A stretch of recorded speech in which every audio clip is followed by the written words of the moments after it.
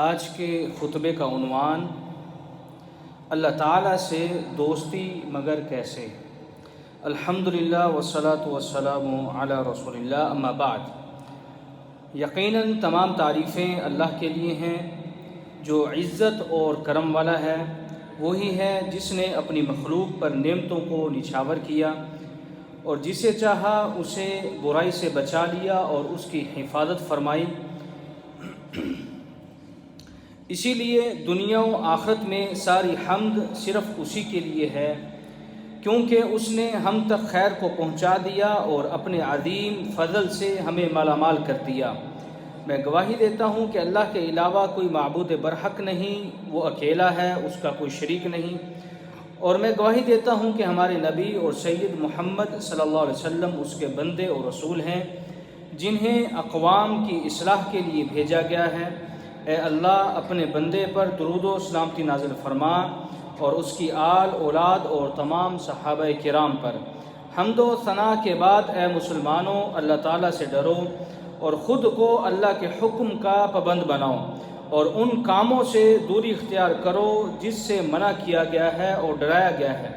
کیونکہ تقوی ہی اعمالوں کو سدھار سکتا ہے اور اچھے انجام کے ساتھ لوٹ سکتا ہے۔ اے اللہ کے بندو، بلا شبہ اللہ اور بندے کے درمیان درستگی یہ ہے کہ اللہ تعالیٰ بندے کی دنیا اور آخرت بہتر بنا دے، اور اللہ تعالیٰ بندے اور لوگوں کے درمیان بھی محبت ڈال دے۔ جو چیز بندے اور اللہ کے درمیان درستگی کو قائم رکھ سکتی ہے وہ توحید باللہ ہے، اور توحید یہ ہے کہ بندہ صرف اسی کی عبادت کرے اور اس کے ساتھ کسی دوسرے کو شریک نہ کرے۔ عبادت سے مراد دعا، امید، توکل،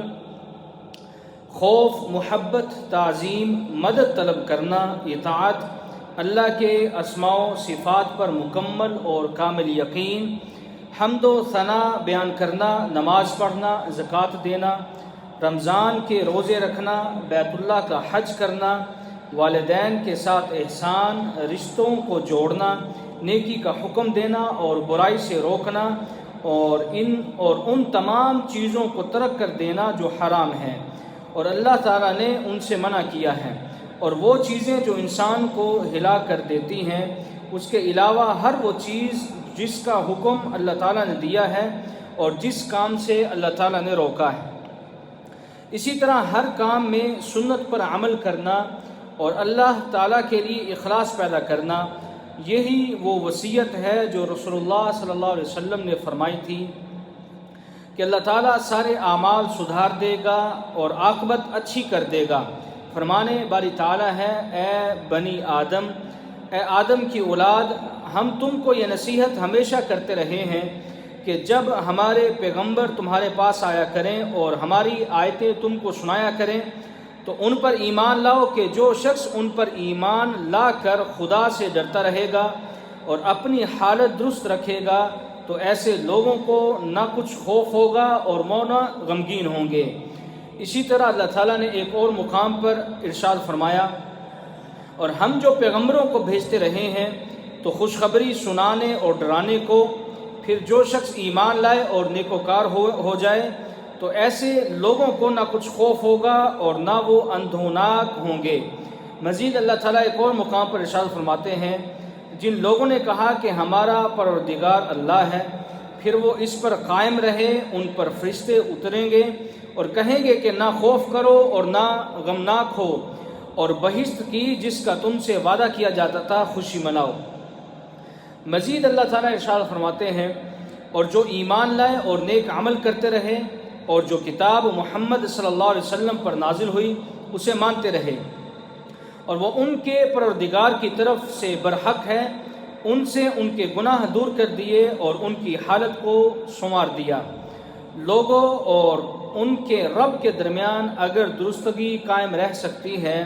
تو وہ عمل صالح کے ساتھ رہ سکتی ہے۔ اسی نیک اعمال کے ذریعے اللہ تعالیٰ لوگوں کے کام سدھار دیتا ہے اور مکروہ چیزوں سے اللہ تعالیٰ اس کی حفاظت بھی فرماتا ہے۔ فرمانے باری تعالیٰ ہے، اگر تم اللہ کے شکر گزار ہو اور اس پر ایمان لے آؤ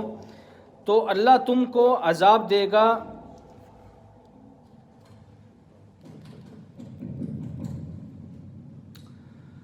اللہ تعالیٰ قرآن مجید میں ارشاد فرماتے ہیں لوگوں اور ان کے رب کے درمیان، اسی طرح اللہ تعالیٰ قرآن مجید میں ارشاد فرماتے ہیں اگر تم اللہ کے شکر گزار رہو اور اس پر ایمان لے آؤ تو اللہ تم کو عذاب دے کر کیا کرے گا، اور اللہ تو قدر شناس اور دانا ہے۔ مزید ایک اور مقام پر اللہ تعالیٰ ارشاد فرماتے ہیں تمہارا پروردگار ایسا نہیں ہے کہ بستیوں کو جب کہ وہاں کے باشندے نیکوکار ہوں از راہ ظلم انہیں تباہ کر دے۔ اسی طرح اللہ تعالیٰ نے مزید ایک اور مقام پر فرمایا اور جو لوگ کتاب کو مضبوط پکڑے ہوئے ہیں اور نماز کا التزام رکھتے ہیں ان کو ہم اجر دیں گے کہ ہم نیکوکاروں کا اجر کبھی ضائع نہیں کرتے۔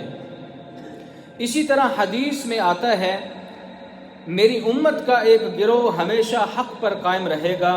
جو شخص ان کو رسوا کرنا چاہے گا وہ ان کو نقصان نہیں پہنچا سکے گا، وہ اسی طرح ثابت قدم رہیں گے حتیٰ کہ قیامت آ جائے گی۔ اے اللہ کے بندو، اللہ تعالیٰ اپنے ان بندوں پر رحم و کرم فرماتا ہے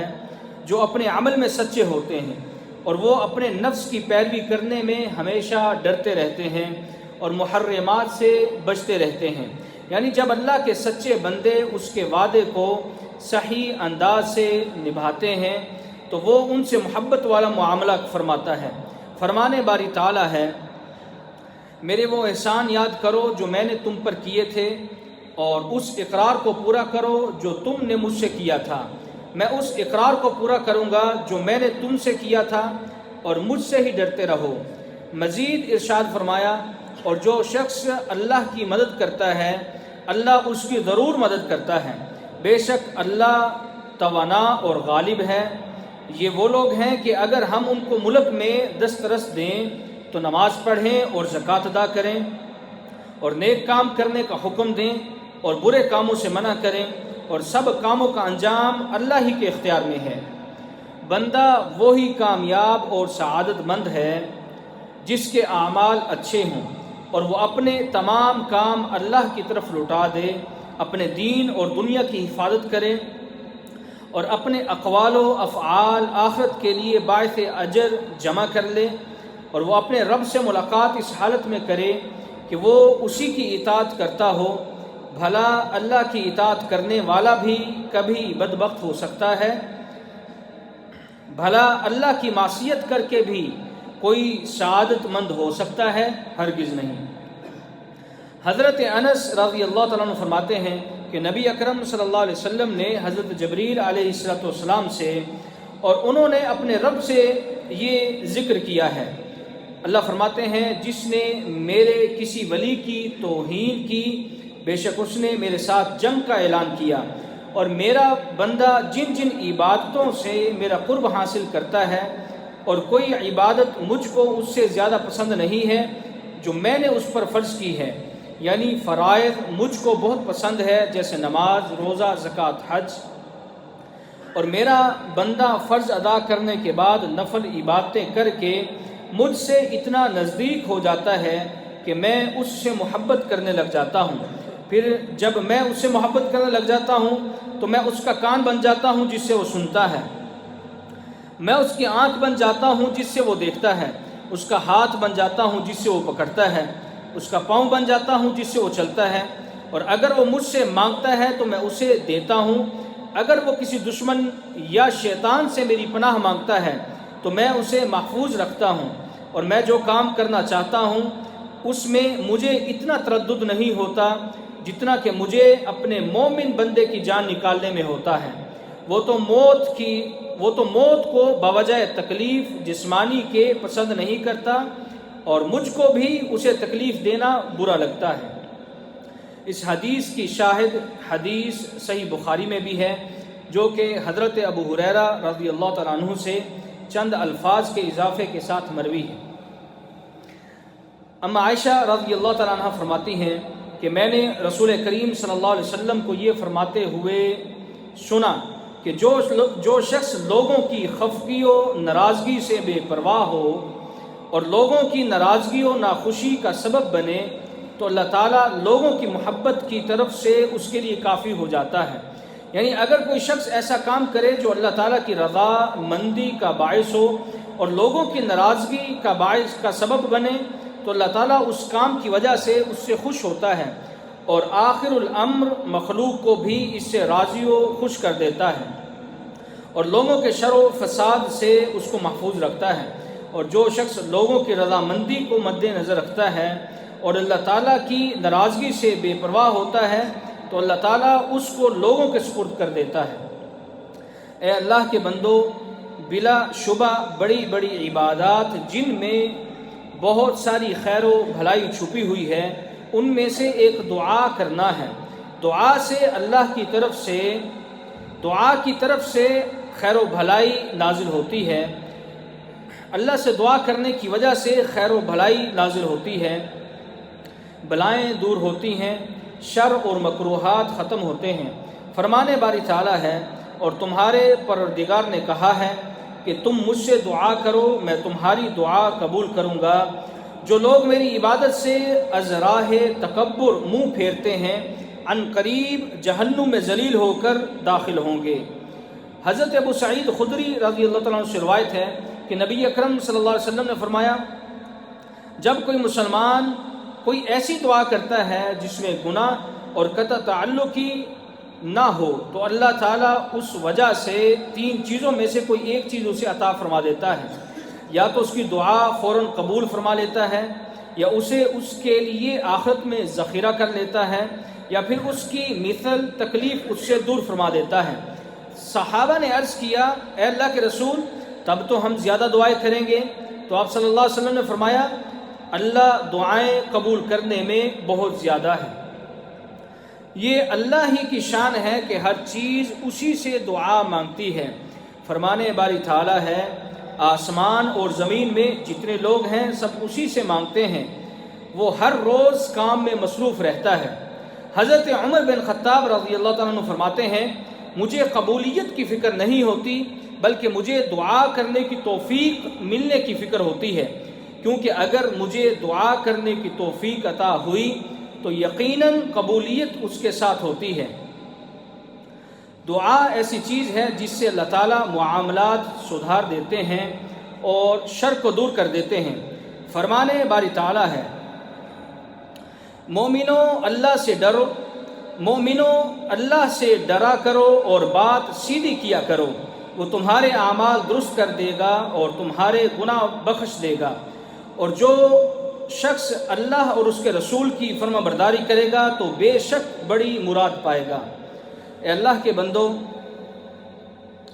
قرآن سے اپنے دلوں کو جگاؤ، ایمان کے ساتھ اپنے نفسوں کو زندہ کرو، بھلائی کی طرف لپکو، خود کو عذاب الہی سے بچا لو، دنوں رات میں غور و فکر کرو۔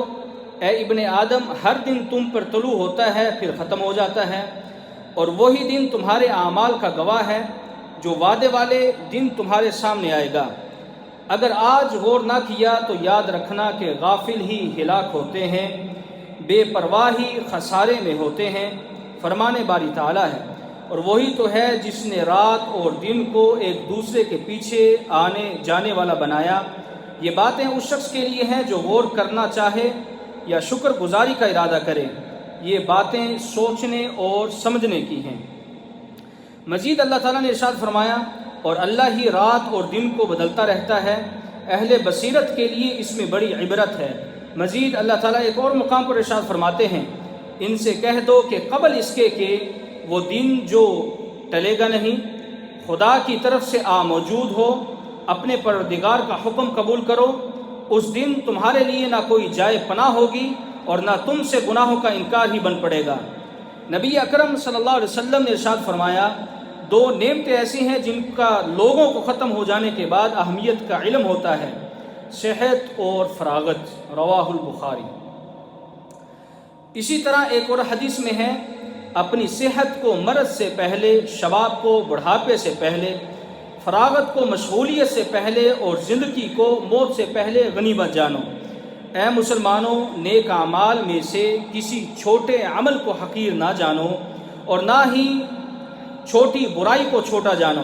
کیونکہ تمہارا رب غافل نہیں ہے۔ انسان جو بھی عمل کرتا ہے وہ لکھ لیا جاتا ہے، رسول اللہ صلی اللہ علیہ وسلم نے ارشاد فرمایا 40 خصلتیں جن میں سب سے اعلیٰ و ارفع دودھ دینے والی بکری کا ہدیہ کرنا ہے ایسی ہیں کہ جو شخص ان میں سے کسی ایک خصلت پر بھی عمل پیرا ہوگا ثواب کی نیت سے اور اللہ کے وعدے کو سچا سمجھتے ہوئے تو اللہ تعالیٰ اس کی وجہ سے اسے جنت کے اندر داخل کر دے گا۔